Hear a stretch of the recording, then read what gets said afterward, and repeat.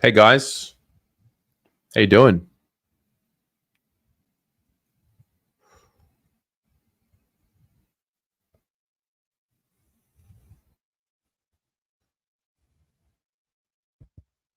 Who's here? We're just waiting for Paul to join. He's got some microphone issues, but if you are watching, let me know that you're here so we know. Will, Paul, hello, another Paul. Stephen Dunlop, mate, I'm good. Carlton Flaggers 2024, Planets Perfect Tens, hello. Paul Sebastiani is here. We are How's my live. volume? How am I? We good? Yeah, clear as day. Oh, good. This microphone was playing up, but we're all good. Hello, everyone. What's going on, man? Nothing much. I reckon after this, I might just go and embrace a lovely day outside, mate. It's a warm, sunny day. I might go work on the tan after this. Yeah, I like that. I like that. Brandon is here. Mohammed Abdi is here as well. A nice little intimate affair. It is. Little second live stream. We are going to go through 5 players today. Yep. So we've got, let me just get these up. McGovern, Kennedy. Yep. Binns, Mirkov, Carroll. Is that right? I believe so. Is that what you had written down? Jack Carroll, Binns, and Mirkov. I believe that's what I had written down. Yeah. Yep, that's what I've got written down. Alrighty. Mirkov was the left of field one that we need to give a bit of love to. Yes. Yes. Equality. Fantastic. Now, if I'm not mistaken, you are in the US. So, oh, wow. I believe you are on the west coast, if I go even deeper than that. So it's good to have you tuned in. Thanks for being here. Planets Perfect Tens is in Sydney, New York City. There you go. Oh, wow. That's cool. NYC, baby. We love that. Baby. We love that. All roads lead to New York City. Oh, that's the heart, mate. That's like that's the heartbeat of the earth, mate. Mm-hmm. I'd love to get to New York City. Never been? Nah, never been. I'd love to go. Same here. Love to go. All in good time, Paul. The apple eye, mate. Good time. The apple eye. Yeah. Yep. The apple eye. I feel like, I mean, if you want to be in sports media, I feel like there's New York or just the US in general is like there's something there. Yeah, it's a must go place. It's a must go place. That's where the hustle and bustle is. It's where everything is. Actually, I've been watching. I watched the Netflix documentary Get Gotti on John Gotti about the Italian mafia and the New York scene. It's just everything's just extra over there. It's just the best. It's so good. Yeah, it's so good. Yeah, well, equality's not been to the MCG, so there's the trade-off. MCG for New York City. Wow, there you go. Wow. Bang! Thank you very much. Yeah, thank you very much. Absolutely. So what we'll do is we've got the 5 names. We might start with. I think we'll start with Kennedy. All right, let's start with Kennedy. The forgotten man, I reckon. He is the forgotten man. Yeah. So we're going to start with Matt Kennedy, ladies and gents. Throughout all the previews that we film, if you haven't watched us film these live, would basically love to have your input. So we will film about 10 minutes each. You can put your comments in the chat. I'll put them up on screen, and then at the end of this stream, I'll download it, edit each individual preview, and re-upload them with the highlights packages and the like. So with that, Paul Sebastiani, we're going to start talking about Matt Kennedy. You did mention him as one of the potential forgotten men. So how are you thinking about him leading into 2024? Yeah, well, he had the knee injury in 2023, which curtailed his season, unfortunately. He was, and I don't know what people in the chat think, but I actually thought he was really building into something strong to the back end of 2023. He was actually having a really good game against Fremantle, if you remember. And then he and then he obviously hurt his knee, and then he came back in that final against Melbourne. He was clearly underdone. And look, what he provided for us in the second half against Melbourne, you could see what he was trying to do. He was trying to lock down he was trying to lock down May and Lever, which, Lever had a field day in the first little bit of that match. But I think George Hewitt, as a midfielder from a defensive point of view, is better than him. But I do think that Matt Kennedy he's got a few more tricks up his sleeve than what George Hewitt does. So Kennedy can move forward. He can kick goals. He's known for that in his midfield role, whereas George Hewitt isn't. So I think from an attacking point of view, we get a bit more out of Matt Kennedy, but from a defensive point of view, I think we get a bit more out of George Hewitt, and it would just depend on what the coaches want and how they want to set up in particular games. So I would say he's probably now, from a midfield perspective, he's probably in the bottom rung, with all due respect. And when I say bottom rung, I don't mean he's not going to play or he's not going to be selected or anything like that. I just think that based off what we've got in the midfield now, he's not going to be an absolute walk-up start based on what I think he's done in the last few seasons, because we just need to get better in every facet on the ground. And I think the evolution of us in that is blokes, succeeding him in those particular roles. So, but again, that doesn't mean he's not going to play 15 games this year. We just don't know. So is there a role for him in the team and in the squad for 2024? Absolutely there is. Absolutely there is. Like there will be for everybody. So I wouldn't rest on him, put it that way. He's a competitive bugger, and I like what he brings. Players like that you need. Players like that you need, because they're going to set a standard with regards to physicality and the contests, and they're not going to shirk the task. So look, I really like him. I've always really liked him. How many games he plays next season, I've got no idea. I've got absolutely no idea. So he's played. He's a great case study. So he's played 16 games in 2023. Where are we here? 94 games in total. Right. It's been a bit of a journey with him, let's be honest. Yeah. Came to the club from the Giants, spent a few years. I still remember doing these previews in 18, 19, 20, 21, and the common feel about him was that he just didn't have the pace to be in the midfield, and we knew he had the strength, and he just hadn't put it together. I think we can all agree that 2022 is the year where we started seeing him just get comfortable at the level, play a bit more consistently, and he really showed us something. He really put it all together. 23, as you said, 16 games, a bit patchy in the sense of got hurt a couple of times, and probably just at the wrong time of the year at the pointy end. But I don't know, when I look at him now, especially with Michael Voss as the coach, I look at Kennedy as a Michael Voss type player, because he's, what is Vossy all about? It's all about what you do at the contest. So there's no issue with Matt Kennedy at the contest. Nope. I also feel like there's a common theme that, I saw a comment here as well. Like, you can either play Hewitt or you can play Kennedy. You can't play both. There may be merit to that. I believe that if we are going all in on our strength, that is our contested game, there is space for both of them. Do you see it that way, or do you think we have to evolve the midfield and not have, Cripps, Hewitt, and Kennedy? Yeah, well, it just depends on what the coaches want. So I think there is. Look, I don't. In my heart of hearts, I don't believe in a best 22. I don't know what that means. The best 22 is different for everybody. To me, it's a squad of 44, 46 players, right? And whatever is going to win the game on the day and be sustainable long-term is what you need to implement week to week, right?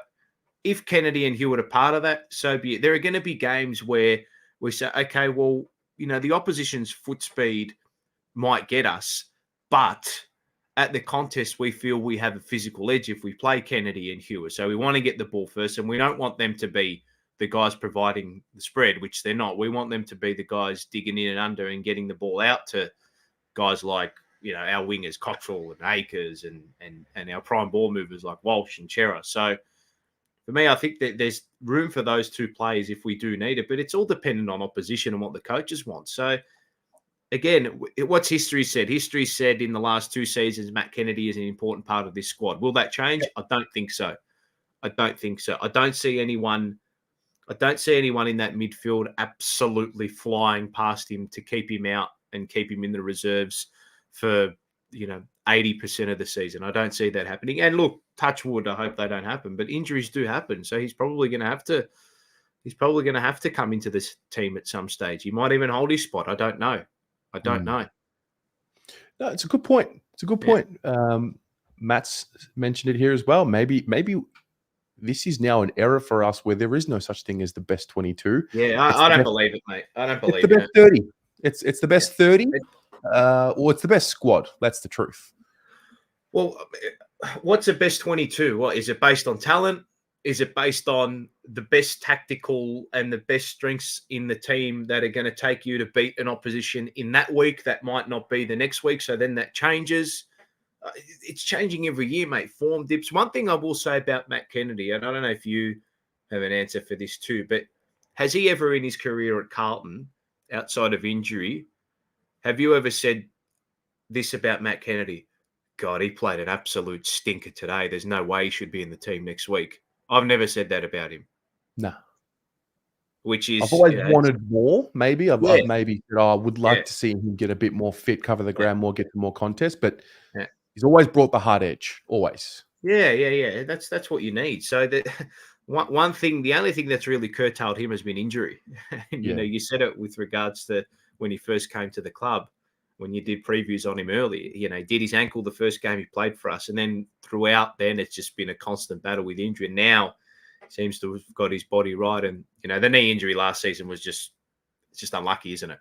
Yeah. So for me, form has never been form has never been a major issue for him, which is, it's testament to his consistency and his work rate. I think if we talk about our midfielders who can go forward, that's where I think he has the point of difference. You did touch on it just earlier when you said he's got a little bit more than what Hewitt does. Defensively, Hewitt probably one of the better midfielders that we have defensively. But Kennedy's marking ability is a factor. It's a certain factor. And I think he can certainly average something like 4.5 to 5 marks a game.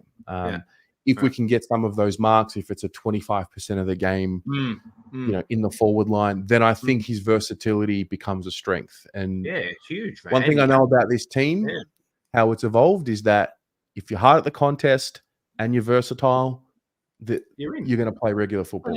Bloody oath. That's the case for the best sport teams as well. So, like you said it. When did we say it? We said it on the Monday show. You got to be unpredictable up to a certain point, because if the opposition can pick exactly what you're going to do, well, then they'll be able to stop it. So, like I said, he got a beautiful set shot on him as well. Very, very reliable. He kicked that beautiful goal in the semi-final from sort of nearly 50 out on that tight angle. So plays like him are important. It's not a matter of he's a lock for best 22 or anything like that. Players like him are important to your squad. Simple as that. Game day, training, standards, mate. Standards. Correct. So if you talk about him potentially as a hybrid, I mean, his greatest goal tally in a season was 2019 with us, where he played 10 games, kicked 11 goals, kicked the 5 goals in 2023 from 16 games. I mean, I'm not really expecting 15, 20 goals, but I think he's capable of 10 in a season. I think so. Yeah, I think so as well. Yeah, half a goal a game, something like that. Yeah, he'll be on the scoreboard this season. Yeah, well, his ability to mark the ball, and he's got a nice set shot, as you mentioned. All of that coming together in 2024 for 100%. Me looks like more game time for him. I agree. Yeah, I completely agree. Look, like I said, the only thing that's kept him out of the team, really, when you think about it, is injury. Like I said, his form has never. I don't think his form has ever been questioned. His form has never been a player where we've gone, oh yeah, he's definitely getting 3 Brownlow votes today. He was the clear best on ground. He's always been he's always been that 6 out of 10 player, hasn't he? He's always been that, and you need guys like that. And the other thing we'll end on with him is he's in a nice spot in his career when it comes to age and experience. So he's born on the 6th of April, 1997. So he's 26 right now. He'll be 27, in April.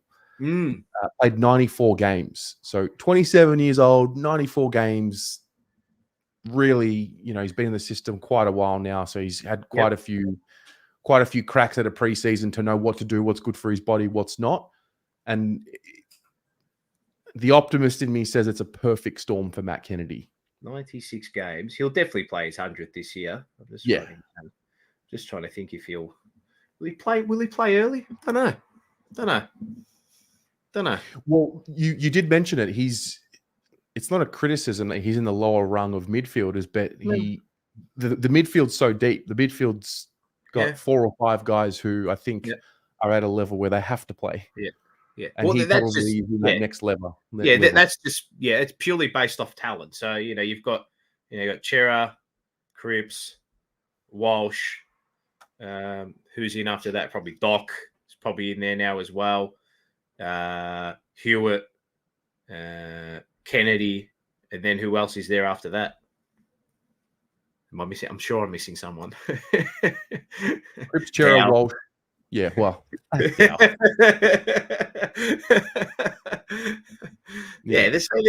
a rotation of about 6 to 7 in there, and he's probably in the bottom rung. But that doesn't mean he's not going to be an important part of the squad. It doesn't mean anything. Well, that's Matt Kennedy. We'll turn it over to those of you watching at home. Let us know in the comments. What do you think about Matt Kennedy moving into 2024? He is a fascinating case study, Kennedy. One of the more fascinating case studies. Yeah. Bit undervalued, I reckon. He is. Well, I think he'll remind us this year. I think we forget there's the recency bias. It happens with Corey Durden. Didn't play second half of the year. Everyone forgets. And it's like, no, he can play. Yep. I agree with that. Yeah. I'm just writing down timestamp so I know when to chop that one up. Yes, very good. I'm getting the old tweets out. Just letting people know that we're live now. Yeah. Well, you know what would help? Those of you watching at home, the 50 of you watching, if you hit the share button. Share it. If you hit the like button, the subscribe button, if you haven't already, or the share button, that'll get us going. There are people at work with their little headphones in, pretending to send off their emails at 20 past. Yes. In the afternoon. You're not working. You're listening to us. No one cares about work and admin emails. I want to know what's going to happen with Jackson Binns, Mitch McGovern, Jack Carroll, Mirkov, and Kennedy. Correct. Who is working from home while tuning in, by the way? I'd love to know that. Is that it's still a thing now, isn't it? The whole working from home scenario. I think people are slowly getting back into. I think it's a mix. I think it's like it's a hybrid. Yeah, it's a hybrid. Yeah. Our ancestors would be just fascinated by the fact that we have working from home. And... Work from home, what? Yeah, I think my sister does the double split. She does the sort of half week from home and then half week from her office. So I know she's still doing that, but everyone else is out and about when it comes to the fam. So, well, true. Good point, Mick. What counts as working? As in, are you on the clock? A good question. I've got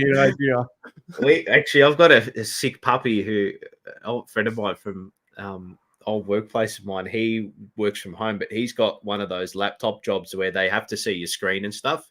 And he's downloaded like a software and program that automatically moves your mouse on the screen, but you're not actually there. Desperation state. That's fascinating. I might have just brought down the productivity of Australia by about 20% by mentioning that. That is fascinating. Congratulations to Andrew. He and the wife have had a new baby. There you go. New bubs. Congratulations, Andrew. Boy or girl? What'd you have? A boy or a girl? Yeah, what'd you have? Let us know. Can you say that these days? I just did. I'm not going down that far. Mate, we're holding on. It's only a matter of time before they come for us. They already have, mate. They already have. Another truth. Alrighty. So, Paul, Yes. Mitch McGovern. I like it. Mitch McGovern. So, Yeah. born on the 11th of October 1994, played 110 games. I'm really happy to be saying what I'm about to say. We finally got to see Mitch McGovern play consistent football in a season. Like, we got to see it. We knew what we were going to get if we saw it. Yep. And it was just a frustration because we hadn't seen it, but we knew what was there. Yeah. And I think it's safe to say in 23, we finally saw it. Yeah, he's the epitome of. Do you remember all those preseason chats we had for 3 to 4 seasons, right? About him, right? About him. The chat was always, God, if he gets his body right. No, if he gets his body right. Geez, if he gets his body right. God, if McGovern can stay fit, we'll be all right this year. He finally stayed fit and we were all right this year. He's basically the poster boy for the whole list over the last 3 to 4 seasons. Underperformed, underwhelming, injured, never consistent, never lived up to the hype. We knew something was there, like we did with this whole list. We knew something was there. It was just a matter of seeing it, and we did see it. So more of what he did in season 2023, and we could very well be on our way towards something very special this season. So he did have a little niggle towards the back end with the hammy, which he overcame, which is fantastic. How does that look in season 2024? I don't know. You know, he's got a family now. Does he have a little bubba? I think he's got a little bubba. He's married. Yeah. So it's another important facet of it. You know, it's that'll add a new layer of seriousness to him too. So more of the same from him. Intercept. Well, I don't know if they will, but is there a chance that they could maybe swing him forward for a little bit? The option is there. The option is there. I think I saw a snippet of him talking with the forward line group in a training video recently, and it may have just been a drill, whatever. And it actually got me thinking. I'm like, it's there if we need it.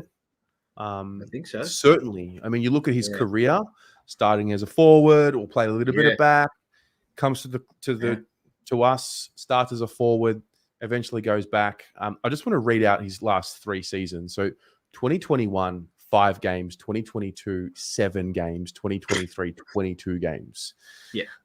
It wasn't until 2022 that we saw him go back, and that was what he did. Good players find a way to impact.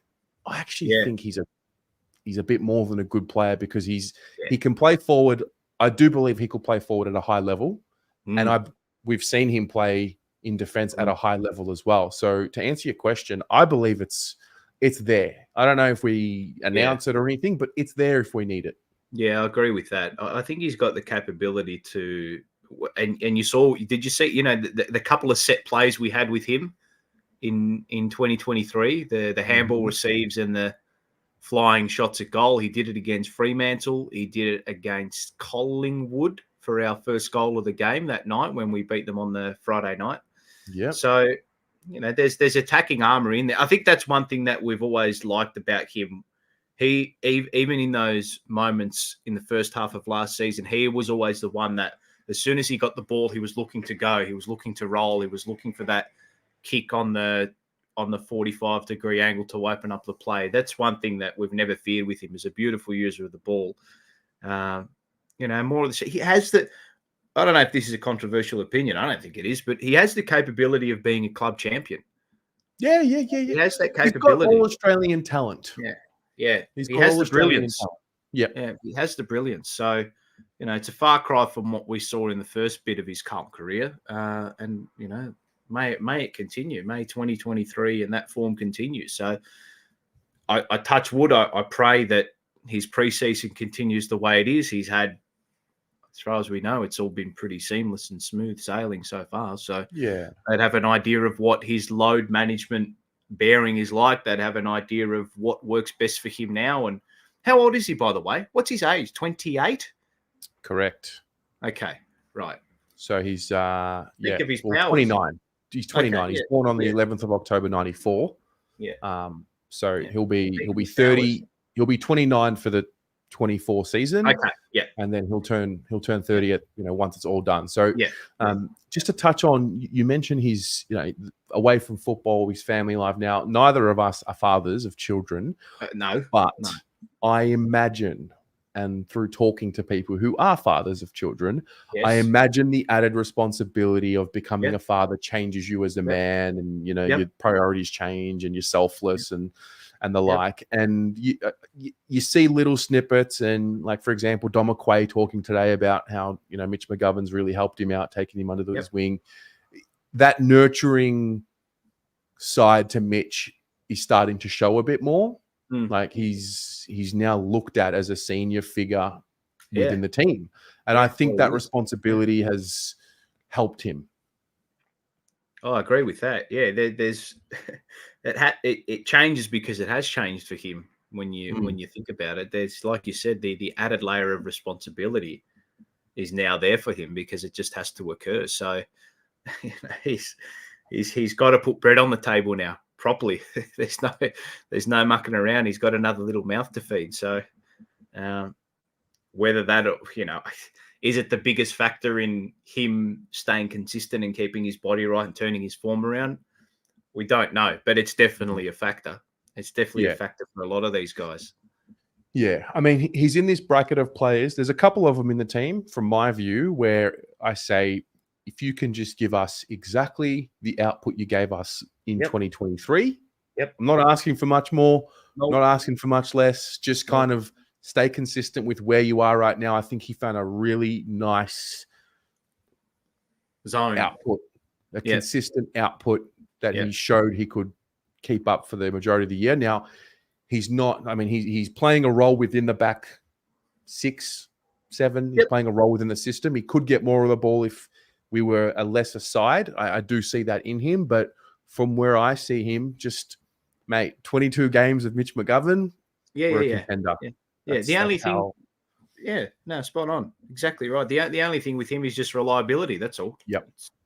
That's the only question mark on him at the moment. There were question marks over his form and how serious he took it. Now it's just about reliability. How reliable is your body? So, look, season 2023 told us if everything goes well, he's able to see out a full season and the rigors and the loads of a full season. And, the only way you can really build your capability with regards to that is by actually going through it. So, we hopefully there's more of it to come. Not too sure about the hair at the moment, but he did lose a bet. So I guess we'll let him off for that.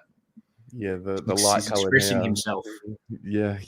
Expressing well, himself. He does look more comfortable. That's the thing. Like, I mean, there must have been. I mean, I don't know. I haven't spoken to him specifically, but just from doing this, like, there were times doing this channel where McGovern was the center of a lot of criticism. The contract that he came on drew a lot of attention because obviously you only have a finite amount of resources. So when you invest a lot into one player, questions will be asked. There's more pressure. I think now that that's past us, that big deal's past us, he's on a lesser deal. That removes that bit of noise, and other than that, like, it's just business as usual for Mitch. Yeah, completely agree. There's no real reason for him to have to change anything up. The only thing we suggested was maybe does he move forward a little bit more than he might have in 2023, but I doubt that would happen because we've got plenty up there. But more of the same from Mitch. More of the same. More of the same from Mitch. Yep. Well, guys, what do you think? Let us know how you feel about Mitch McGovern heading into 2024.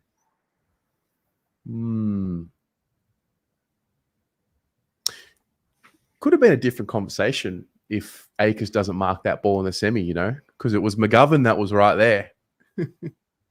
Dummy, the decoy lead, mate. Yeah. Decoy lead. Yeah. Has he got a bit of the see you next Tuesday in him? He does a bit, doesn't he? Yeah, he does.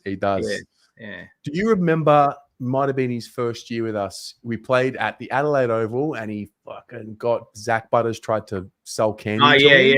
Yeah. And he got him and he really threw it into him. Yeah. I reckon he would have whispered a few things in his ears.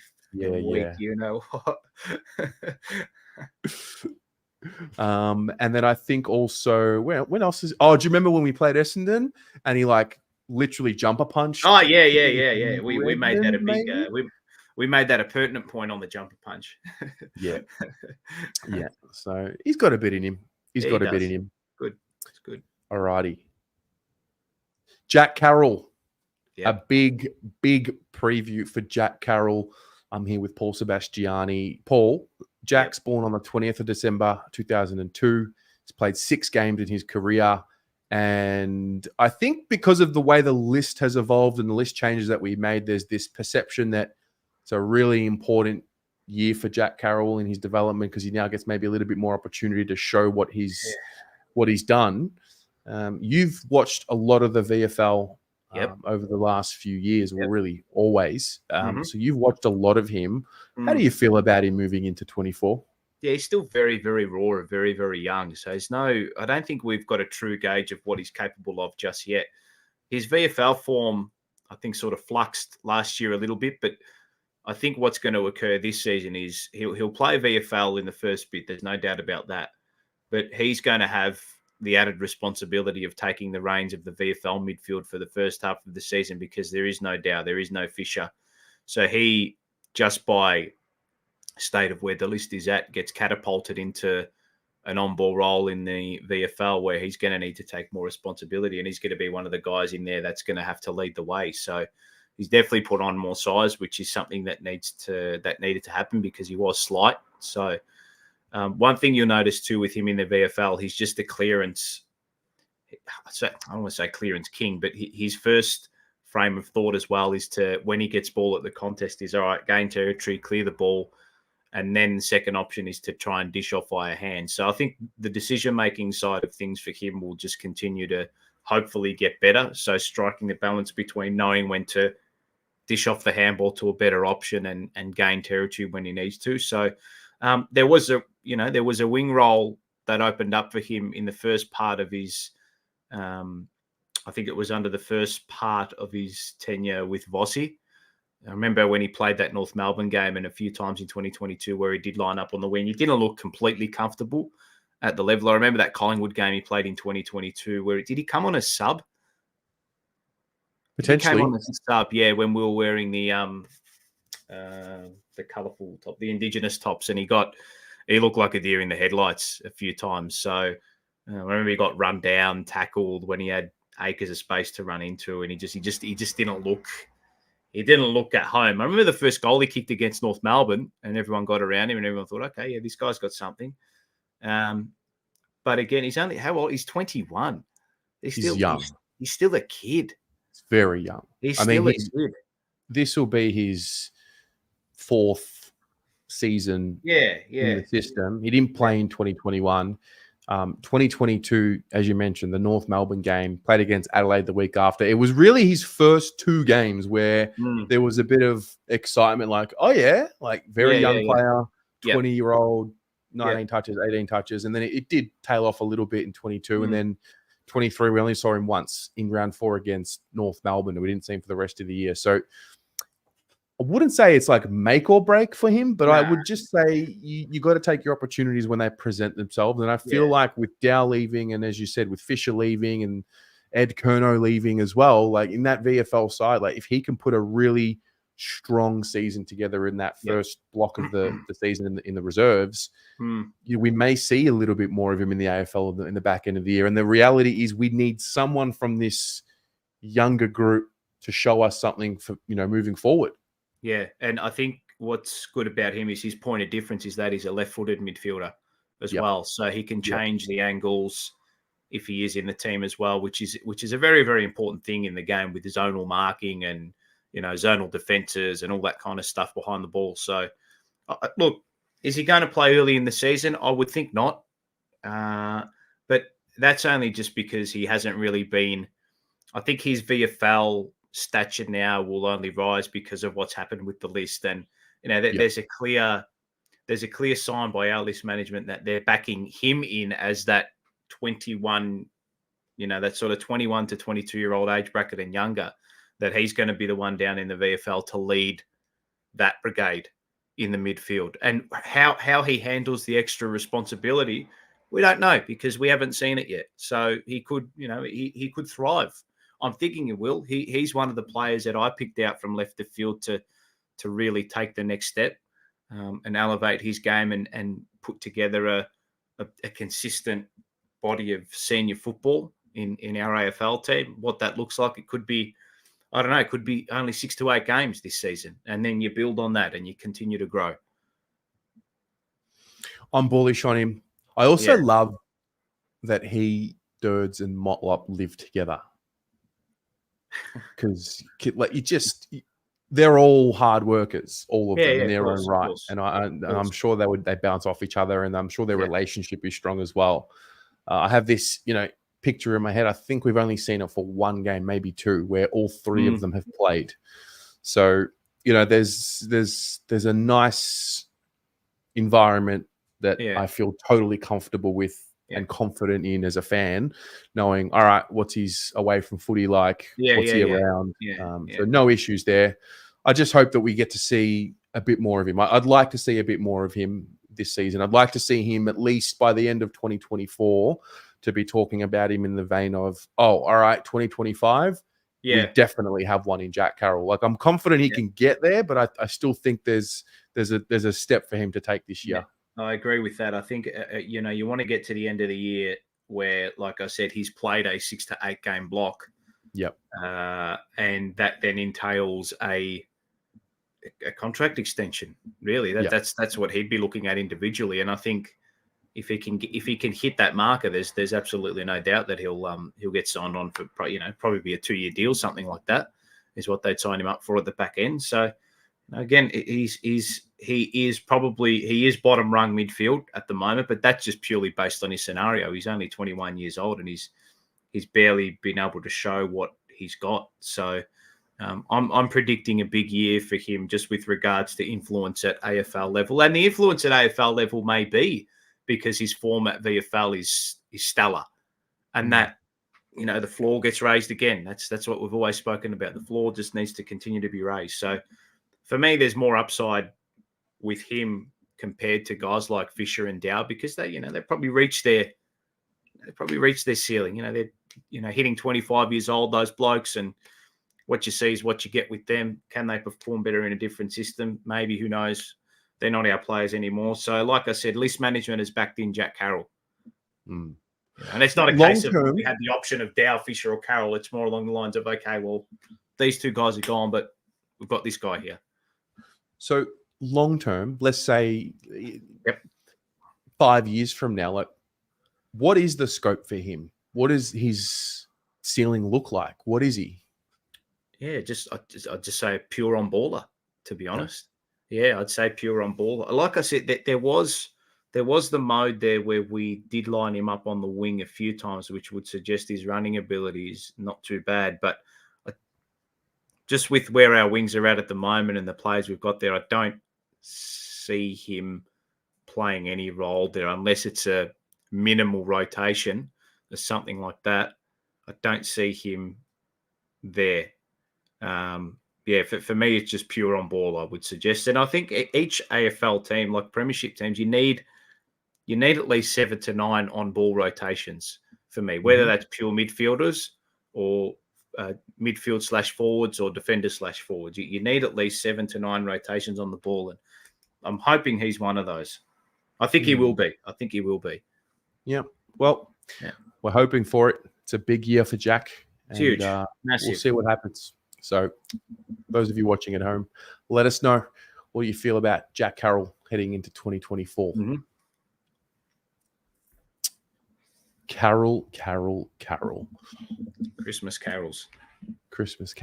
How many? What have we got? We've got a Matt Carroll, Matt Cottrell, and a Jack Carroll. Yes. Commentator's worst nightmare. I think there's 3 Carrolls, no? There's Matt, there's Jack. Oh, no, sorry. Yeah, Cottrell. Cottrell's the one that's similar. You've got Matt Carroll, Jack Carroll, and Matt Cottrell. Carroll, Cottrell. Fucking wow. That's a caller's worst nightmare, mate. If all 3 playing the same team. Yeah, there's a couple of Jacks in the team. Are there? Yeah, we've got Jack Carroll, Jack Martin, Jack Silvani. Does Jackson Binns count as a Jack? Yeah, okay, yeah, that counts. Bloody Jack. Yeah. All right, who's next? All right. So next up, we're going to talk about Alex Mirkov. Okay, right. 210 centimeter ruckman, Paul. 24 years old. Born on the 17th of November, 1999. Haven't yet seen him play in the AFL. No. He's coming off a heart scare. Yep. Which we heard about in 2023. Yep. To be honest, Paul, I don't know exactly where that's at the time of filming this and what the status of his health is. Yep. I know that you've watched him develop in the VFL as you get down there quite a bit. Where's he at? Where's he at from a football point of view? I don't want to knock the bloke because he hasn't played a game, but I think that says a little bit. Having said that, look, he's always been a speculative pick, right? A speculative pick based on his height and his athleticism, right? There is an opportunity for one of our rucks to become a goal-scoring ruckman, right? De Koning looks like he may have taken that mantle in 2023 based on what he did in the final against Melbourne. There was a game last season where they tried a few times, or they played Mirkov out of full forward and up forward a few times, and he just doesn't have the nous up there, mate. He just doesn't have the. He gets himself to the front of the contest and he gets himself to the ball, but he just can't.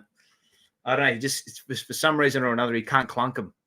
He just can't clunk him. I don't think he has the forward craft. He does some nice things around the ball. Like, obviously, his tap work is elite. His tap work is fantastic, but you need more than that. I don't think he has the physicality for his size. Like, he's tall, but he's not big. Like, you look at a guy like Pitternet, he's got mass. You know, there's a lot of him. There's girth. Yeah, there's a lot of him. You know, there's a lot of atoms and neurons about Mark Pitternet. Whereas with Mirkov, he's just very, very tall. I don't know. Yeah, I don't know what his.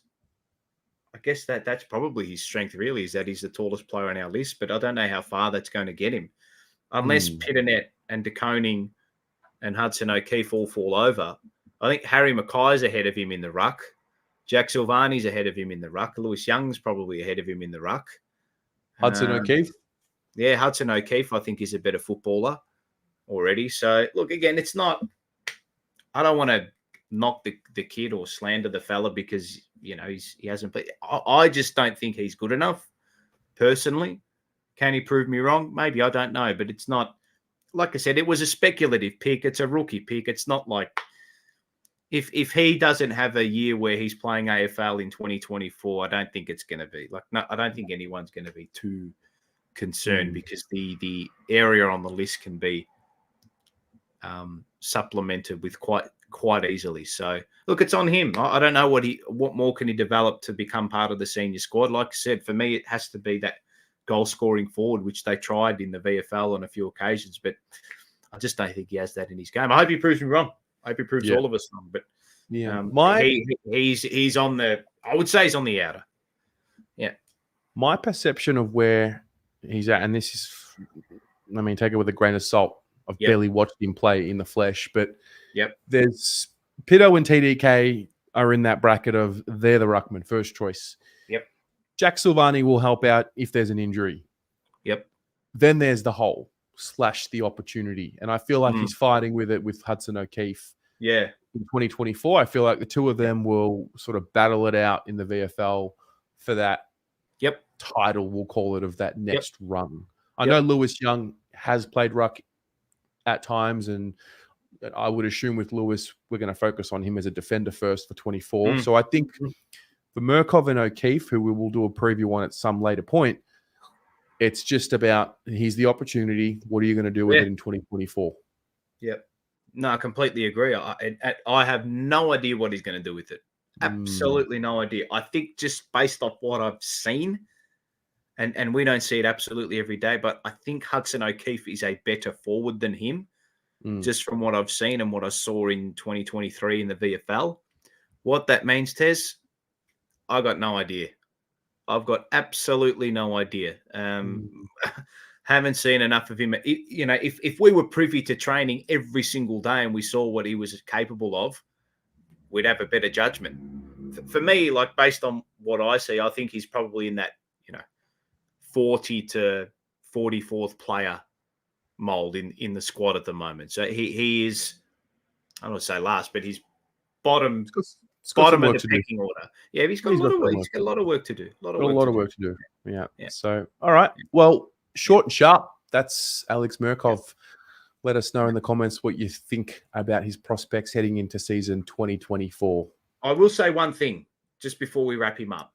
Yes. Ball in hand for a big guy. He's kicking. If he can find more of the ball, he's one of our better users by foot for a guy over 200 centimeters. That's what I'll end it on. Okay. Yeah. I like it. Yeah. I like it. I'm partial to a basketball background kind of guy, Hey, look at your background. Well, he's volleyball, really, not basketball at all. Well, yeah, I know, but he's that kind of mold anyway. You've got I'm sure he could play.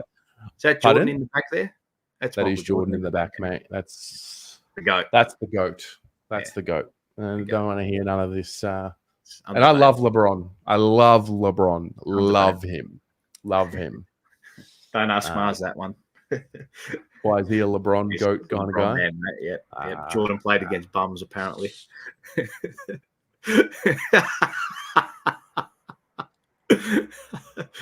Mars, if you're watching.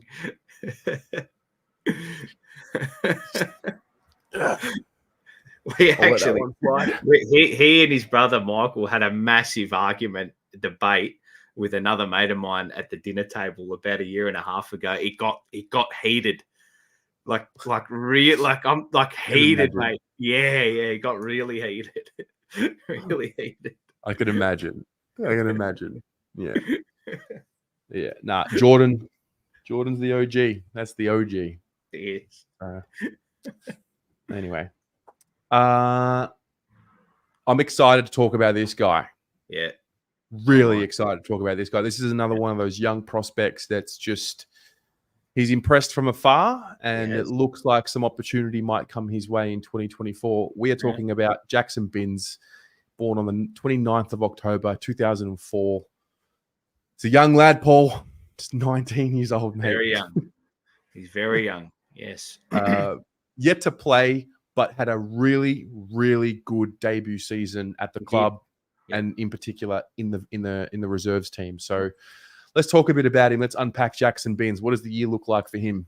Yeah. Well, pushing into the senior team, I think that's definitely the first carrot that's going to be dangled down in front of him. And he's got a bit of work to do because he's got some pretty good wingers to compete with, and I think that's only going to be of benefit to his football career. He's got Akers, he's got Cottrell, and he's got who have I missed out on? Who's the other winger? Hollands, that's right. He's got Hollands I can't forget Ollie, dearie me. So he's got all them to compete with too. And then he's also got other guys who aren't pure wingers that do rotate through there. So Walsh, Chera, they all do rotate through there as well on given occasions. So there will be an opportunity for him. I have no doubt about that. Whether it's based on a rotation of the squad, whether it's based on injury, there's going to be a chance for him if he stays fit. And he's got a beautiful grounding to head into his second season with. There's no sooking because he's been in the VFL. It's a case of, no, this is your area for the time being. You go and work on the defensive craft of your game, and then the rest of that will flow on. So one thing that we do know is that he knows where the ball is. That's one thing we can't knock. Yeah, no, look, I feel like there's a lot to talk about with someone here that hasn't played a game, because when you go to training, you watch him. He's just at every contest, it seems. He's everywhere. He's available. He's fit. What was your summary of his VFL form, like from the start of the year to the end? Like, how did his development happen in your lens? Yeah, well, I think for me, the defensive aspect of his game improved a hell of a lot, which is something I think when you're a young fella and you come into the competition and you're a winger and you're winning the ball, that's something that you always want to. That's what you want to do. You want to feel leather on your hands, mate, when you're a kid. And coming into a new football club in your first season, you want to be able to show the coaches that you've got the capability of getting from contest to contest and getting big numbers with regards to accumulating the ball. But that also has to be not curtailed. It also has to be complemented by your defensive game too. Voss was adamant about that when we were going through our bad patch, that it was defensively where we were not doing the right thing. So, and that will fuel him going forward too. For me, like the one thing I want to look at with him too is how he hits the scoreboard as well, which he did in patches throughout the VFL too. So, and he did win our VFL best and fairest. So to come in your first season in a new system, in a new environment, and to be the VFL best and fairest for 2023, I think that's a pretty big feather in the cap. Massive. It just shows at 18 years old.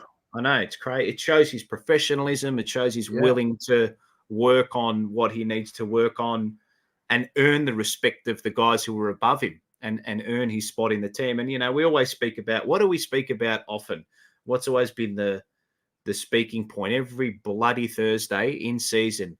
Selection integrity. What? Selection integrity. I don't know, mate. I never know what that means. Selection integrity. Does it mean that you deserve your spot in the team, or is it just based on what you think you know? Which is, I think it's an ignorance within a lot of us that is just, it's almost blinding to a certain point. He is the epitome of selection integrity. Everyone was calling for him. He's got to play. He's got to play. He's got to play. But the coaches and the selection committee just said, no, there's enough there on the wing position to just hold him out.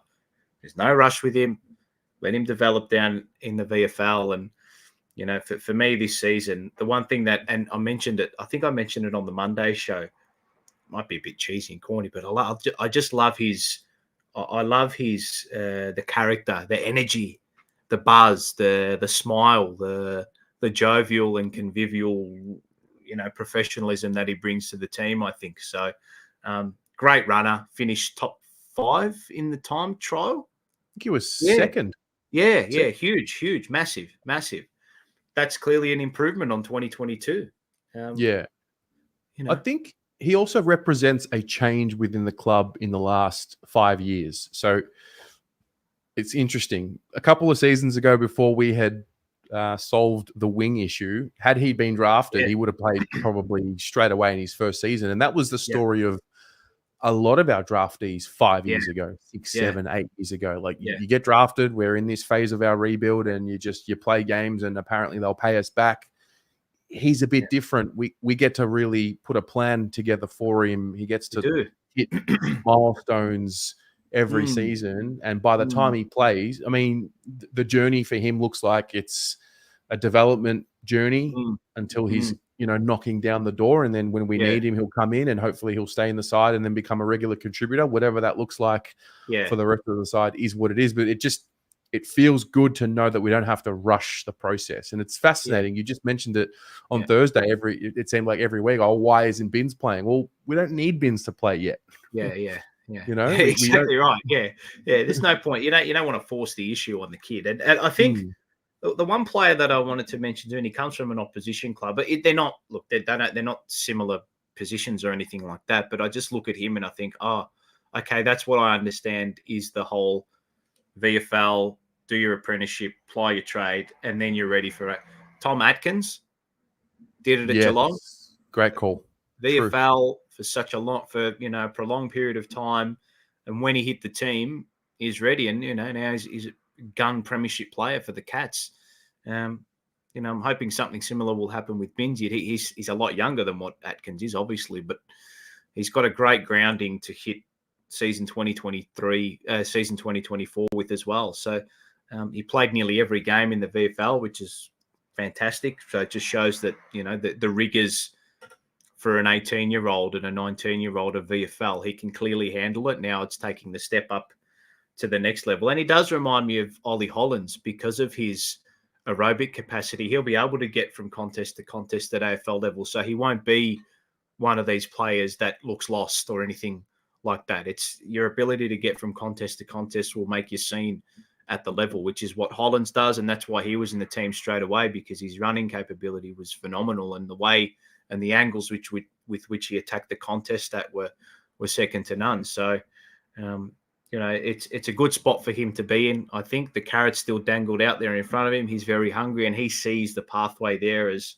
all right, there's an opportunity for me to play, clearly. So he'll be playing this year. There's no doubt about it. He will definitely be playing this year. It's exciting. You know what else is I find interesting? These draftees that come to the club pretty much 2022, 2023, you know, they come to a club and there's not as much... the word I've been thinking of is trauma. Like, you don't have this trauma, No, it's true. This angst and this frustration, like you come into the club now, you mentioned his energy. It's like he can be upbeat and provide that spark. We're not a fan base anymore that is, so built up with this anger like we were in years gone by. And I do wonder what that will do for draftees coming to the club, because in one sense, there's less pressure. It depends how you look at it. There might be more pressure because we're a contender and, we're in that bracket now where we could win a premiership. But I just feel like with these draftees that come in, they don't have to play straight away. So that's where I feel like there's a little bit of a release, and they don't have to feel the anger that we had been feeling for so many years. Yeah. Do you think that, and, this will get back into it. It's a pathway back to it. But do you think playing the youngsters for the sake of playing the youngsters back when we started all of this was to their detriment? To a point, I would say. To a point. It's almost like lambs to the slaughter, which it was to a certain point. Yeah, I mean, there were certain plays that I feel like it was good for them to throw them in the deep end. Yeah. But there were some that, if you look back now, I mean, had we put even 6 VFL games to start their career, and then put him in, I mean, it's all speculative. I do wonder what difference that would have made. But I do feel that totally. It's just a curiosity of mine, because of the way we're doing it now with a kid like Jackson Binns, and it might just, I mean, it's just purely now out of the fact that he's not our best winger. He's not part of our best wingers, but he's part of a crew that has definitely increased its standard. And for me, he's part of the strongest part on the ground for us. That for me, the wing position, I think it's our strongest area at the moment. Just comparing it to other lists and comparing it to other teams, I think our wingers are amongst the, I would say, top 3 in the competition. Just that brigade. Yeah. Well, I've got one for you. So we've done a preview on, Kennedy. We'll touch on Hewitt at some point. We've got a thick, strong midfield, and there's the argument of, you can't play Kennedy, Hewitt, Cripps because we're a little bit too thick. The running power is not there. Does the future look like something where you've got Hollands, Cottrell, Akers, Binns, Walsh in the same team? We're not so much of a powerful unit, but we're a running power unit. And that's where I think, I mean, this is maybe a question with an answer that comes in 3 years from now, but is that where the evolution in the way we move the ball? It could very well be. It could very well be. It's a lot of running power. Don't be conned into thinking Ollie Hollands isn't hard, or that he can bump players off the ball. He's got a nous and a knack of being able to do that, and he got balls of steel, that kid. To drop back into the flight of Lynch and Jeremy Cameron. I mean, you've got 195 centimeter, 95 kilo blokes who don't do that. He'd be about 70 kilos wringing wet, would Ollie Hollands. So looking at Binns, one thing I don't think he never shirked the task in VFL at the contests or anything like that. His outside game's really, really strong, and maybe he will be part of a team that, Walsh and Akers and Cottrell and Hollands, and maybe they will all play at any given time. Maybe there is a game where we'll try and run a team off their legs or something like that. I don't know. It could very well be the case. The fact that you mentioned it has to be a possibility. Yeah. Well, that's Binnsy. He is a big question mark, but an exciting question mark. Yeah. And I'm looking forward to seeing what Jackson Binns 2.0 looks like for us. Right. So I think we'll leave it there. He and Jack Carroll, I think, are the most curious cases heading into 2024. That, from my end, that's how I see it. Well, let us know. Let's talk about Jackson Binns in the comments. What do you feel about him going into season 2024? Boom. How good. Right on the hour for everybody. How good. Right on the hour for everyone. 2 to 3. I've got to write down who I haven't done. I think we've done most of the list now. Okay. Cowan, got to do. Did I do Cowan? We did Cowan. Never mind. I could have sworn we did Lockie Cowan. Fogarty. I don't know if there's one for Fogarty. We done Fogarty? I don't think we've done Fogarty. Maybe go back through the videos and have a look. I don't know. I don't know. For some reason, we've done this. We're still live, ladies and gentlemen. Yeah, we're still live. We've done. Why do I think we've already done Jack Carroll? Am I going mad? Hang on. I'll tell you now. We haven't already done Jack Carroll. I'm certain we haven't. I know you and I have spoken about him a lot. No, we haven't. The last thing for Jack Carroll on this channel is the 2022 preview. I just saw you go grey soul there for a sec. I died. I'm not going to lie. Okay, right. So, Fogarty, we haven't. No, haven't done Fogarty. All right. Okay. There's Fogarty. one. Right. We've done Motlop. Okay. Done Motlop. Yeah. So the first 10 players, first 10 numbers, apart from Fogarty, have been done. Yep. McGovern, yes. DeConing, yes. Akers, yes. Fantasia, yes. Doherty, yes. Jack Carroll, yes. Kemp, done. Walsh, done. Durden, done. Elijah Hollins, yes. Jack Martin, yes. Marchbank, yes. Wiedering, yes. Newman, yes. Jackson Binns, yes. Always? Think we've done always. Okay. Hang on. Stand by. Yeah, we've done always. You haven't done Big Dom? No Dom. Okay. Pitto, yes. Cunningham, no. Hewitt, no. Ooh. Lemmy, no. That's 4. Matt Carroll, Lewis Young. Okay, Rob Monahan, Billy Wilson, Dunn Boyd. Okay. It's the back end of the numbers. That's what we haven't done. Okay. Right. There you go. Very interesting. This is an interesting question from Luca down the bottom there. Yeah. Thoughts on the AFL no longer disclosing weights for primary series? Oh, great question. Let me just turn these lights off and get some natural light in here. All right, here we go. What do I think? Yeah. I think we've gone mad. I think we've gone absolutely mad. Ken Bruce has gone mad? Oh, mate, this is just... I want to know what the reason for not putting the weights in is. That's what I want to know. Well, yeah. What is the reason? I think it's got something to do with just... I mean, players have got a lot of pressure and they feel this extra weight, no pun intended, of... that was awful. My bad. My bad, ladies and gentlemen. Oh, that was awful. I think I might retire from my stand-up comedy. No, I think I think it's real how serious and how much they feel the pressure. It's the only thing I can think of it, unless it's come from like the AFLPA. Yeah, okay. You know,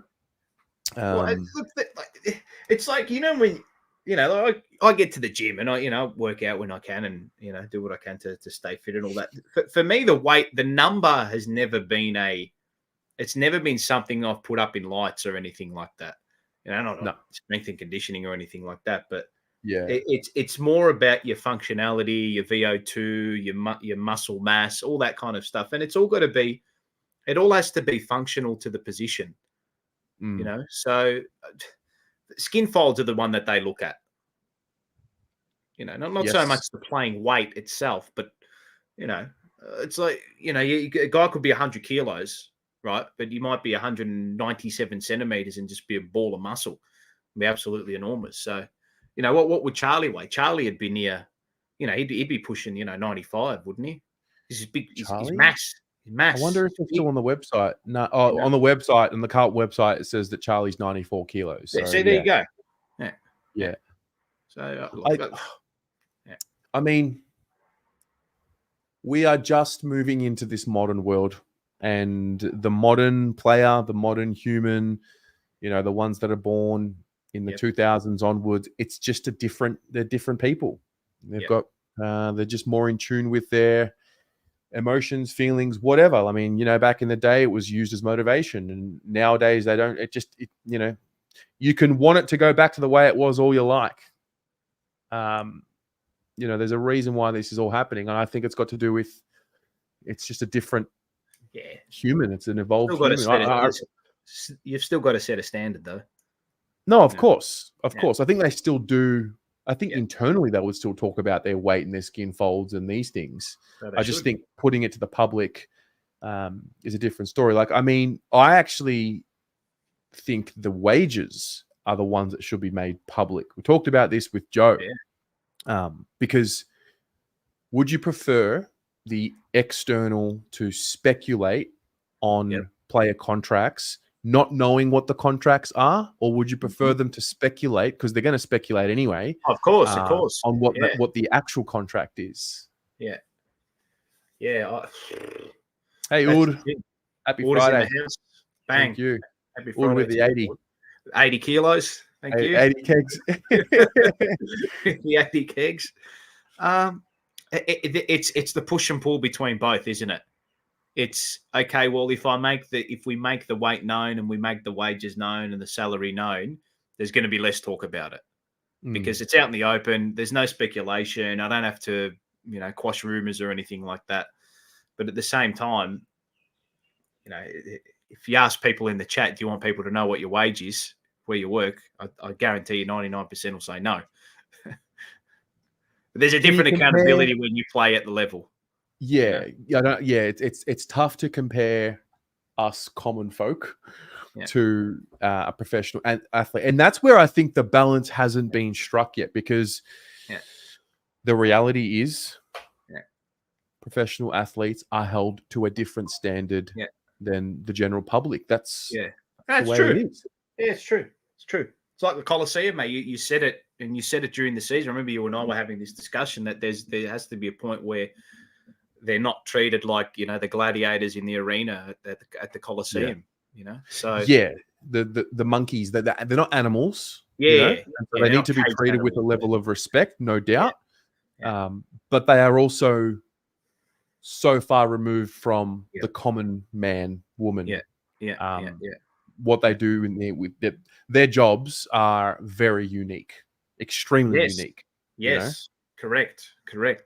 They are it's like hen's teeth being an absolute elite athlete. So I think I also do think there's also the positive that can come of it too, is that if it's made public, if wages are made public, then players who are on money that people think is unders could actually work out better for them. So, God, mate, this guy's only on 300K a year. His output is worth way more than 300K a year.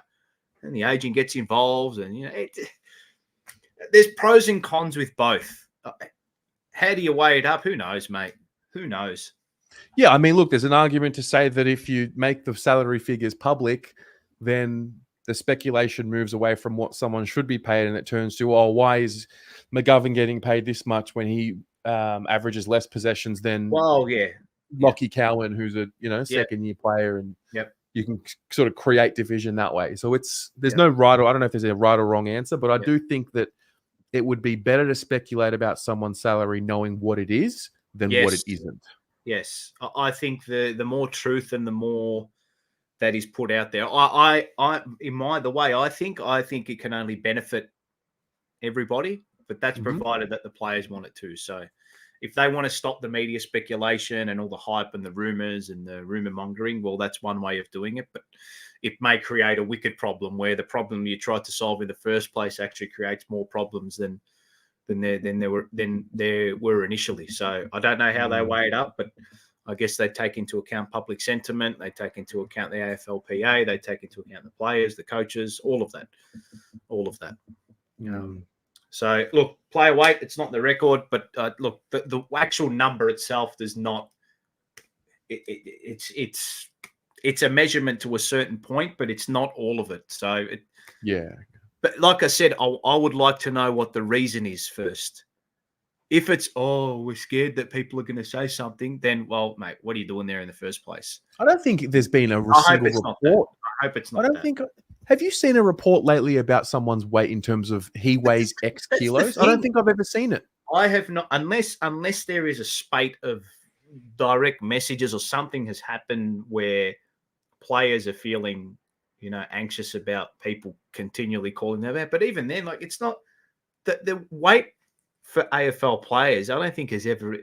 It's nothing that's popped up in media or on social media. So when do we ever speak about it? I've never spoken about he weighs X kilos. When we spoke about it? Do you know when we spoke about it? When McGovern first got to the club and they started calling him brackets and he ended up in the cage. That was an issue. Yes. That was an issue. But that was less about the number of his weight. That was more about you said it, his skin folds, his conditioning. Mate, you're an athlete, yeah? How are you going to perform at the optimal level if you're not fit? Yeah. So, again, it's not necessarily the number that perturbs me. It's more, okay, why is this happening? I don't know. But like I said, it's never been a discussion point with us here. This is not, even in AFL circles, I don't get it. The women's side more so, yes. But the standard of that particular vein of the sport is not as high as the men's at the moment, and that will come with time. I hope it does anyway. Matt, who really cares what they're getting paid so long as it's all above board and within the salary cap? Couldn't care less. And that's a fair point too. I think I care. I don't care, but I think when I do care, it's as I mentioned when we did the McGovern preview. When he signed to the club, we knew he was one of the highest paid players on the list. Yes. And when you have a salary cap, there are a finite amount of dollars that you can spend on. So you have to make good investments. So optimal levels. Yep. And that's often where the criticism came from McGovern and Zach Williams, because they were, reportedly on these somewhere between 700 and 850. I don't know, somewhere between there. It was a top bracket salary. And I think when you do spend that much on a player in a season, it's a bit more. It has a bit more gravity. Harry Mackay's no different. A lot of criticism this year. Signed a big deal. Yep. Didn't quite get the best of Harry Mackay this year from a goal kicking point of view. So that's where the criticism came. Yep. Well, I mean, at the end of the day, if the output doesn't equate what you're being paid, of course people are going to be upset. But it's like anything, right? It's like anything. If you invest in a stock, if you invest in something and you're not promised, but you're told this is what you are going to receive, this is what we expect. You expect a certain return on investment. And if you don't get that, are you going to be happy? Of course not. There are circumstances with regards to why that certain return on investment is not reaching where the actual salary is or anything like that. But, that's up to the people in charge to figure all that out. It's also up to us, as media and as fans to hold those players and hold the staff into account with regards to all that. So it's a very, very tricky thing to organise list management and salary caps and the way in which it's not as simple as just give him this, give him that. There are a lot of levers and strings that need to be put. It's an art. It is an art, mate. It's really an art. It absolutely is. Absolutely it is. Ron, players aren't worth more than about 100K a year. We're being robbed at the gate and through Foxtel. Well, that's an interesting one. The open market determines that. Yeah, I actually think the top end, like the Cripps, the Dusties, the Charlie Curnows, the Lance Franklins, are not paid enough for what they bring to the game. That's why they're on Cameo now. True. Actually, I'm going to attest this to Rocco, right? I completely agree that AFL players, I don't think they are. I don't for what they go through.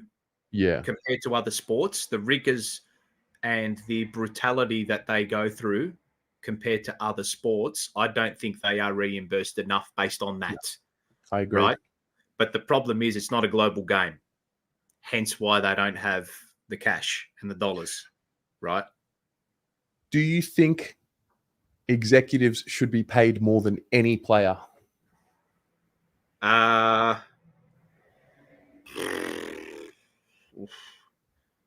Sheesh. AFL executives I'm talking about.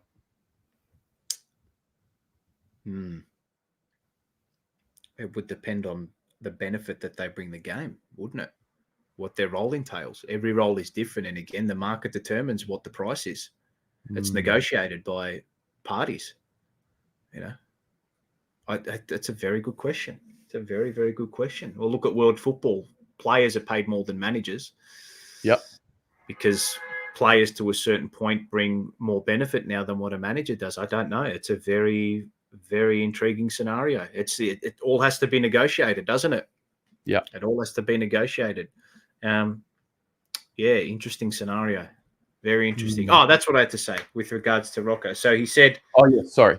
The whole cameo stuff and why players are doing it now. But he said, so if you go on these kind of things, right, and there's nothing people can do what they want, make a bit of cash on the side.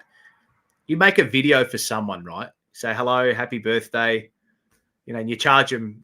What would you charge? $50, $100 a video, right? You imagine if you were sitting down at a table, right, and they ask, "Can you say happy birthday? Can you say thanks? Can you say have a great day?" And you actually took the money off them for doing it. Would you do it? Would you do it? It's a really good point. If Terry Degani, right, if you opened up Cameo, right, and you started doing, right, I'm throwing you under the bus here, and you started doing videos for $50 a pop, the head of Blue Abroad, Terry Degani, say happy birthday to you, welcome message, give you a message for $50 a pop, right? You did it over the phone, Cameo, straight into the account, BSB account number paid, right?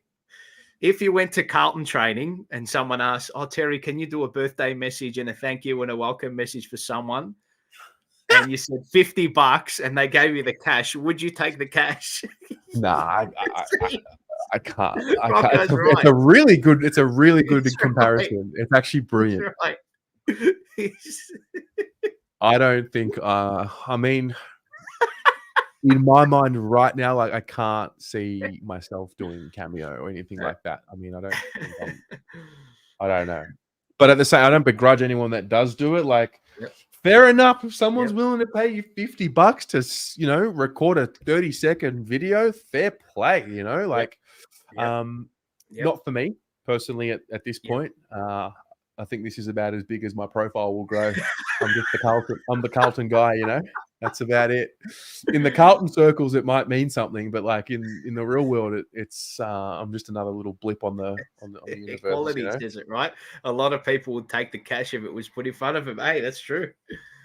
That is very true, mate. That is very true. I don't think I could. I don't think if someone walked up to me and said, "Tez, can you do a quick birthday message? I'll give you." I don't think. I'm saying if it was a kid, for like a 15-year-old kid. Can't do it. There is a saying. I've done them. Like I've done people.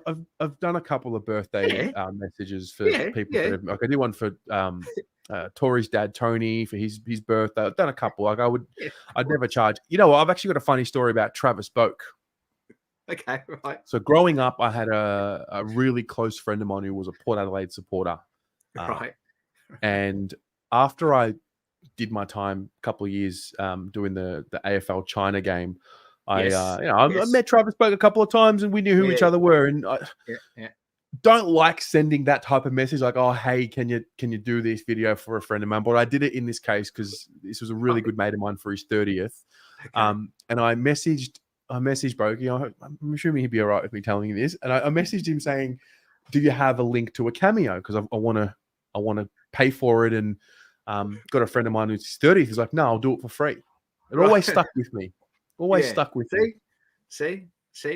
There is a saying, mate. For what shall a man profit if he loses his soul? I like that. For what shall a man profit if he loses his soul? Amen. For what shall a man profit if he loses his soul?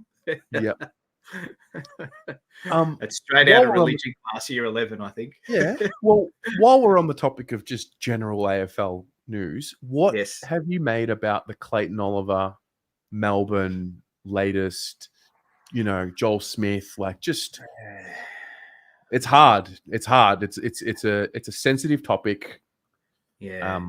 But how do you view it being on the outside of it? I'm sort of looking at it from the outside, looking over and thinking, are the D's like I respect them. They're a good side, great team. I just don't know how it bodes for going into a season. It's not ideal.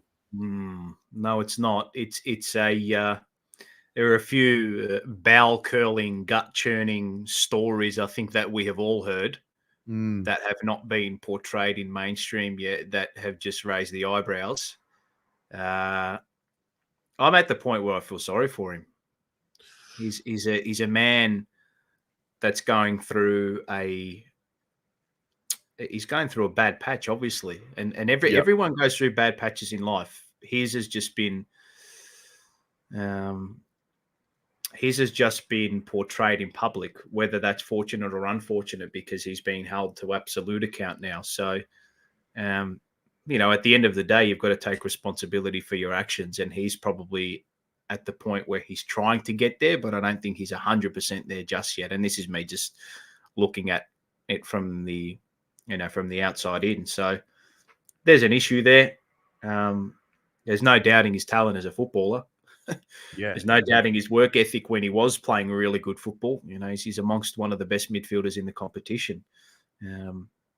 But outside of football, there's clearly something that's gone amiss there. And look, from my perspective, I just hope he gets himself right, just as a man.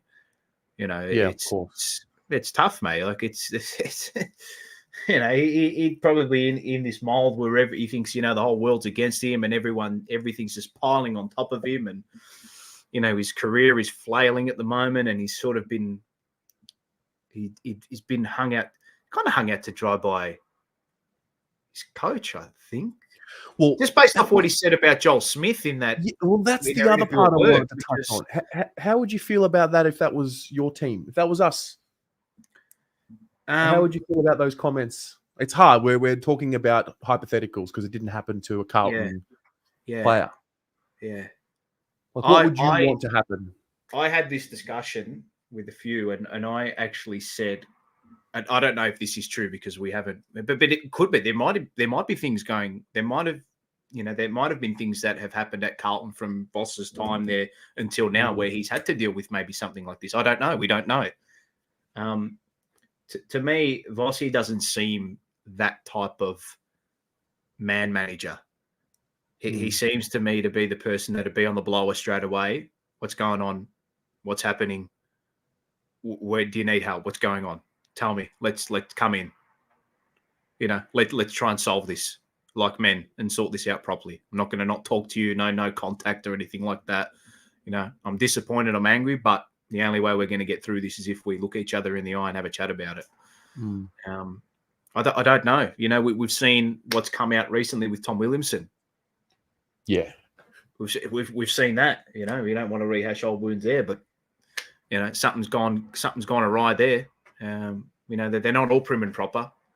There are blokes that are going to be a bit rough around the edges. So I hope he gets himself right. The Joel Smith scenario that's odd. That's real odd.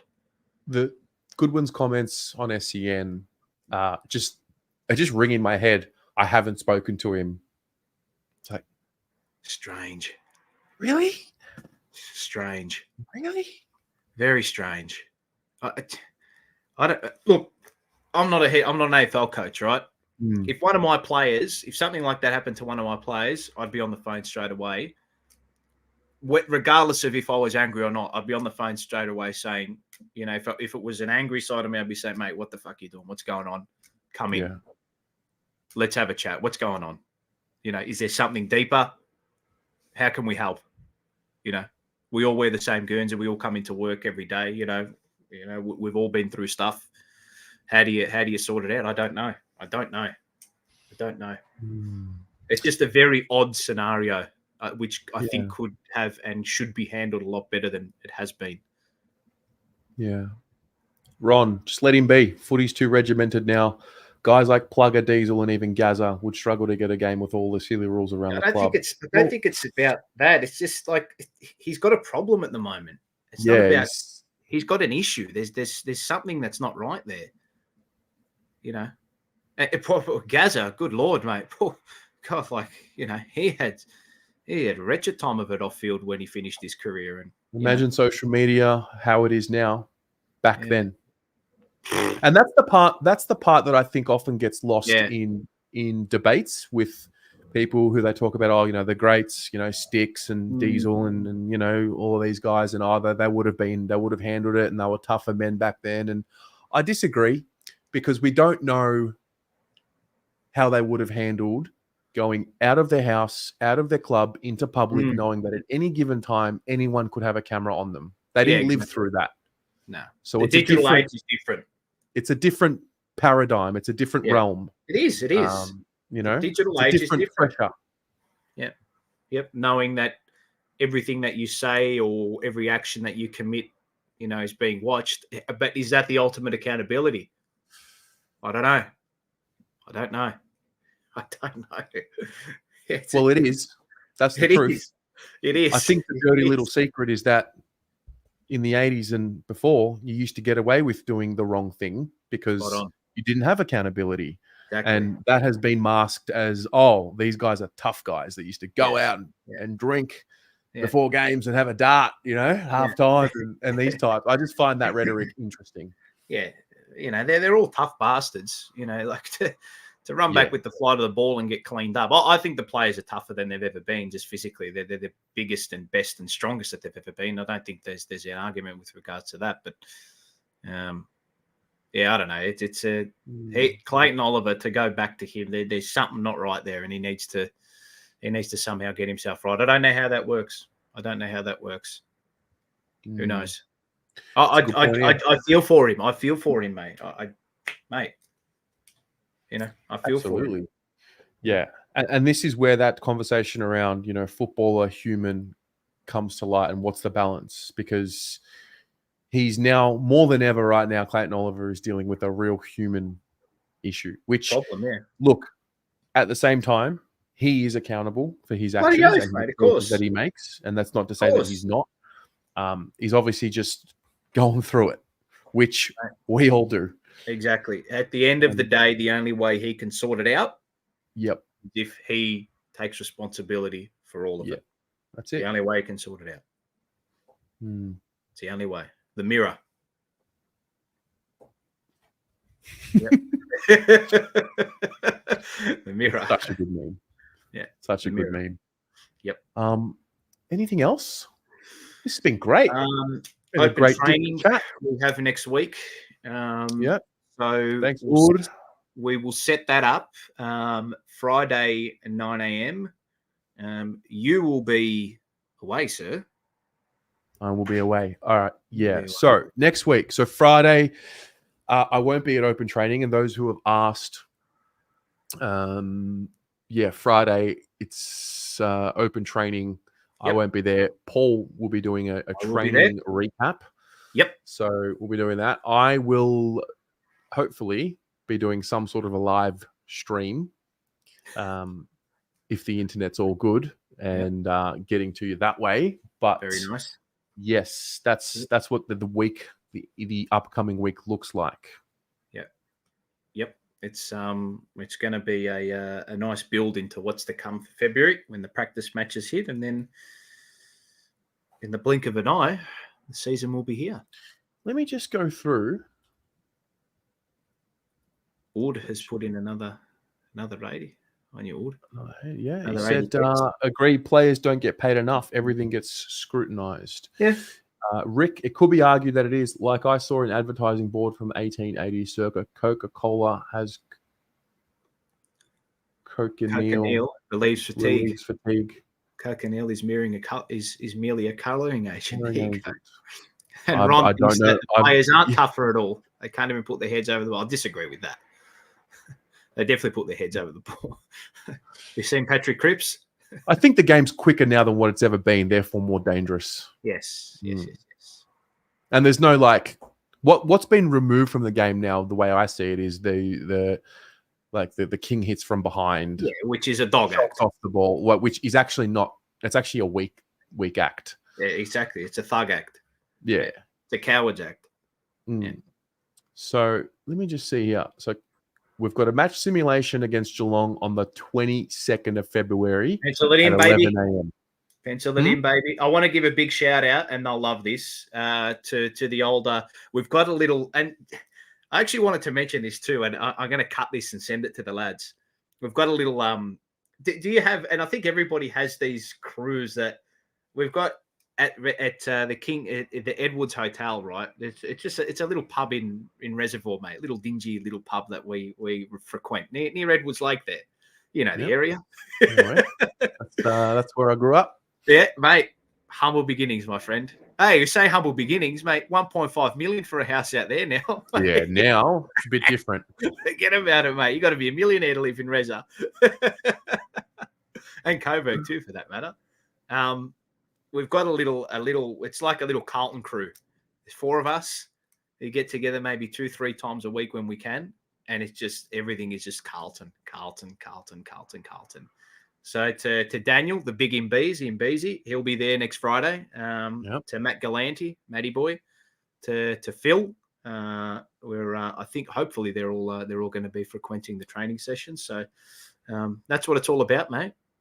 It's the podcasts that aren't actually podcasts that would be awesome podcasts if you had a camera. You know, it's basically the jumper punch. Well, that's all a podcast really is. It's the same conversations that you would be having on the phone, just inviting anyone that wants to tune in and listen to the conversation. Mick, there you go. I live in Reza. On your Mick. So, shout out to the boys. So 22nd of February, 28th of February. Are they not going to have a third one the week before the Geelong game? I would assume they would do something. Feel like it was Collingwood. I could have that completely wrong. Maybe. No, I think it's 2. I think it's two. Yeah. Ron, maybe we are. Maybe we are just too young. Maybe we are. That might be my old man in disguise. I do love that. I do. Forgive us, Ron. We are just 2 young lads who have not seen a premiership in our lifetime. Can you imagine being, we're desperate. That's approaching 30. I'm 32. Paul's I'm 30 in March, mate. 9th of 30 in March, and we are yet to see a premiership, mate. We're just trying to survive out here in a world with no premierships. I know. We will get there. So 22nd of Feb, and then the week after it's Melbourne, and then it's the season. So it's only 2 games, unless they organise some sort of scratch match before the 22nd. I don't before the 22nd. That's going to be the case because our season starts early. That's why. So we're really a month away from really ramping. Like in 4 weeks, 12th of February 24, we will be well and truly in the thick of it. We will be. It's like I said, in the blink of an eye. Actually, I need to check just before we wrap things up here, sir. Yes. Because you mentioned that last night when we had our little discussion with the lads, Marzi and Rocco and myself. Yes. I just checked the Almost Blues Brothers page. 56 days to go. Yeah. You see? It's the source. If you ever want to know how many days left of the season, Joe's got you covered. He does. He does have us covered. Got a little thing I'm organising with the Blues Brothers boys. Actually, I'll keep that on the hush hush for now, and it'll be out in about a fortnight.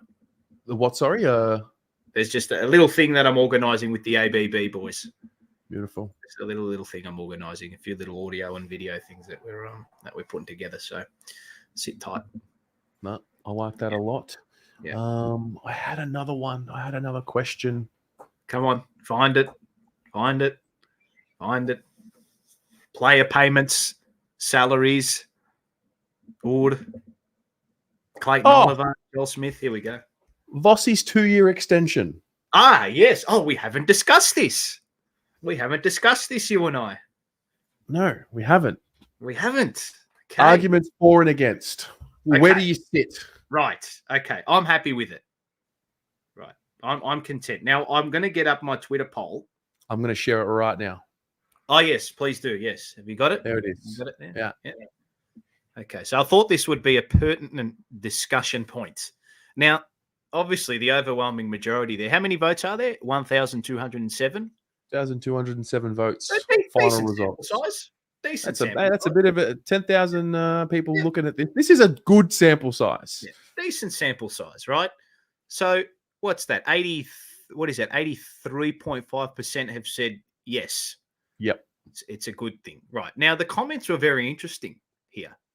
Now Sal said yes. Bucky's comment was funny. Can we wait until the we'll find out if it was right. Not wrong. Good. Damien Birmingham. What did Damien say? When we're all losing our minds halfway through last year, calling for attacking footy, Voss went against the grain and said it was our defence that needed to shore us up. And he was spot on. It's a good reward. Guna Gabs. What did he say? Genius move. Yeah. It's like this. It's you either wait till the end of the season or mid-season, or you do it before the season. Now, look at the context of the club. The following people are out of contract, and we will get updates about these people at some point. Brian Cook, Luke Say is not out of contract, but there's something going on Constitution there. says time's up. Constitution says his time's up. So, and then Michael Voss. So, coach, president, CEO, all we don't know what's happening 2025 onwards. So, I don't know. I'm just so used to going into a season with this being a speculation point about the coach. So for me, I like the fact that, all right, we just remove all conversation about is he going to stay, is he going to go? Yep. It's just another, it's a nip it in the bud situation. Yeah. That's what it is. It's let's not make a problem where there could be one. But there is interesting discussion for him or for them not to extend it as well. So I was speaking to a very, very close friend of mine, James, good old Breeny up in Albury. He's a mad Sydney supporter. And I did raise it there on Guna Gabs' response. I think that there is the two frames of thought would be, okay, as much as it would have been an overreaction to sack him during that poor run, is it also an overreaction to sign him for 2 years because we went on that amazing run? I don't think it's an overreaction because I think the length of time that we have given him is a nice little security blanket to say, you're our man. Well done. Don't have to worry about it.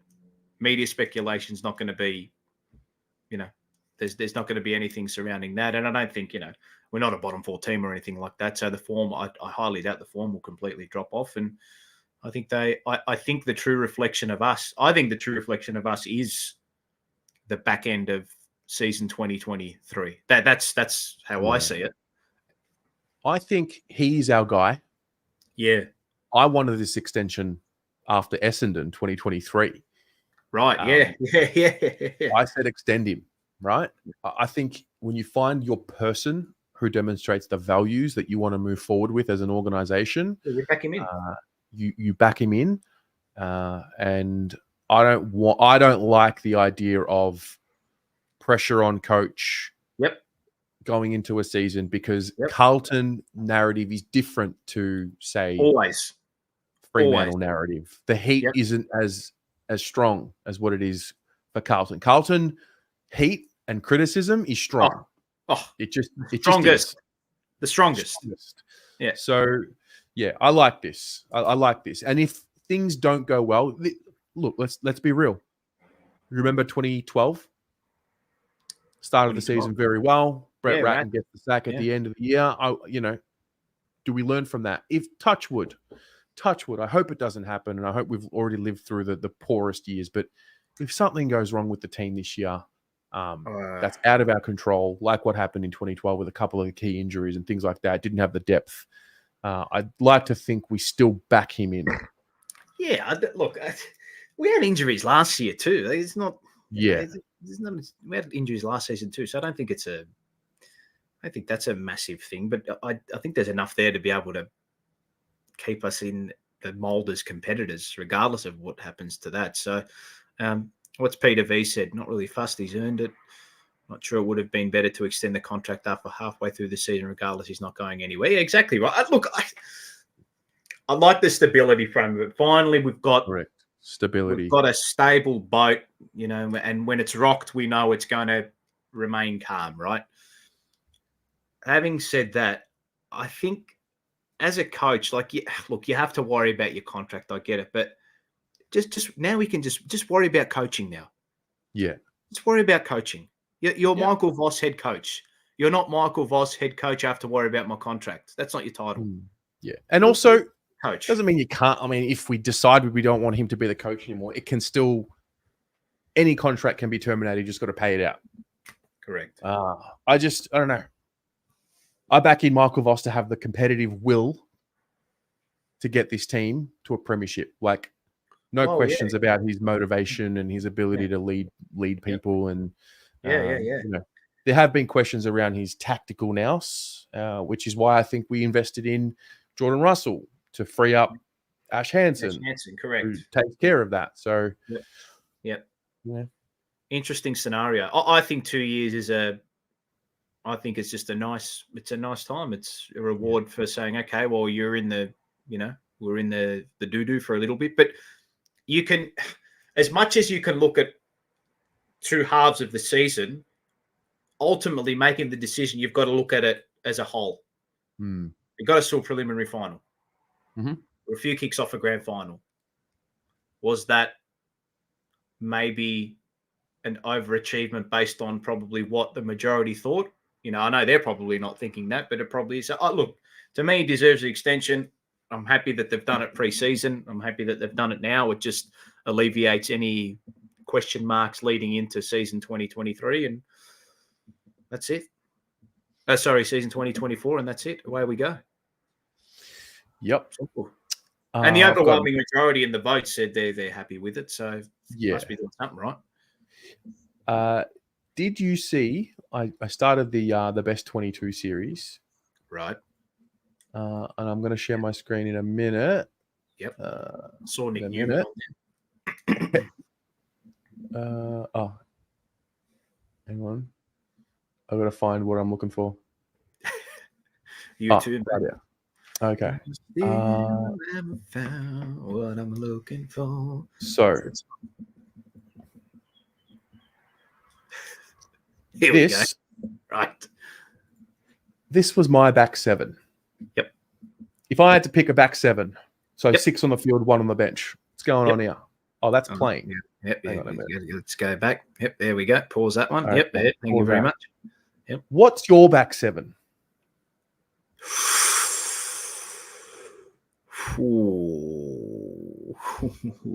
I'm removing Kemp. I'm putting in Boyd. Fair. There you go. Because I think in that, it's exactly how I'd have it, but I'm removing Kemp and I'm bringing in Boyd because you've got intercept marking ability with McGovern, Marchbank, and Wiedering. Yep. Fair. Interesting little bit yesterday with Sard and Jordan Boyd. Yep. I think that piece of content is significant. I agree. And the reason being, for Adam Sard to now be comfortable to be on camera doing something like that tells me that really, truly 100% integrated is a Carlton man now. Yeah. Yeah. How's the, I wouldn't say clash, but the opposite ends of the spectrum. Mate, you've got a dinky die, Jordan Boyd from Spotswood, and then you've got Adam Sard from the north. But that's footy, isn't it? Isn't that is what footy clubs do? They bring the yin and the yang in relationships and people that you may not have necessarily thought you would click with based off external appearance. But I'm sure that's not the case with them. When Boyd asks, oh, what do you eat? It sounds like, what do you eat? Food. It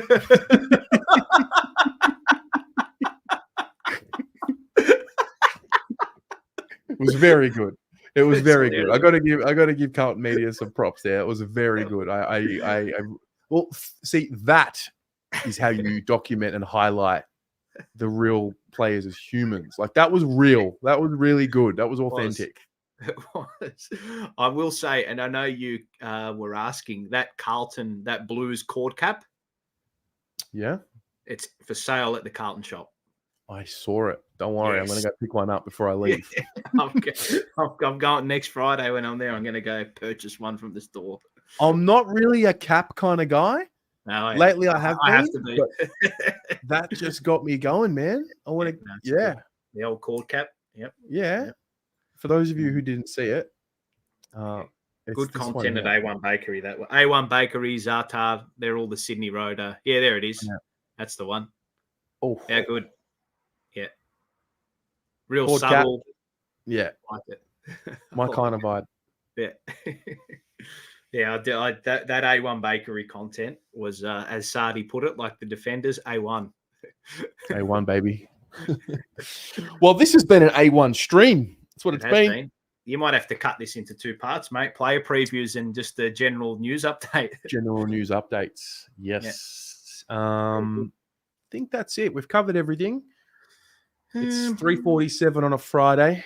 Yeah, I think that is it. We've done and dusted, mate. Been fun. Guys, girls, those of you in the chat, thanks for being here. Paul, thanks for being here. Pleasure, my friend. Always, and mate. We'll get these previews out soon. I'll get the midfield video done for the best 22 series shortly. And, we just tick over the days until really next Friday. We'll go there next Friday. See you at Icon. All righty. Ciao, guys. Go Blues.